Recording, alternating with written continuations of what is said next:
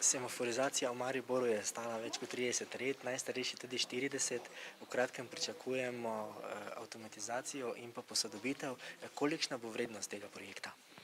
Ja, projekt je kar nekje malo manj kot 30 milijonov evrov, zajema po idejni zasnovi 85 križišč, ki so seveda zamenjava vseh teh, ki danes obstajajo kot semaforizirana, nekaj bo zgrajenih novih, nekaj bo pa tudi starih odpadlo, ker se bodo ceste spremenile v krožišča, tako da je to živ sistem, zato bo tudi v tem obdobju 4 let, koliko je predvidena izvedba po pogodbi javno-zasebnem partnerstvu med Mestno občino Maribor in Iskra Sistemi, bilo predvideno, da se za posamezne take rešitve, ki bo vsekakor nastajale, lahko dogovarjamo sproti.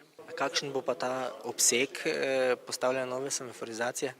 Ja, načeloma je tako, da bomo prenovili celotno periferno opremo v Mariboru oziroma nadgradili vse naprave v smislu inteligentnega vodenja prometa. Se pravi, govorimo v smislu pametnih križišč in vzpostavljen bo nov prometno-nadzorni center, ki bo, kot sem že rekel, po moje eden boljših v širši regiji oziroma naprednejših v širši regiji. Kdaj boste pričeli z deli?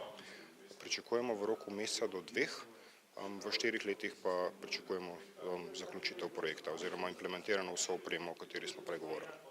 V okviru posodobitve semaforizacije načrtujete tudi nov center. Kdaj lahko pričakujemo, da se bo začela gradnja? Mogoče že veste, kakšni bodo tudi stroški te gradnje? Same stroške gradnje zelo težko ocenjujemo v tem trenutku.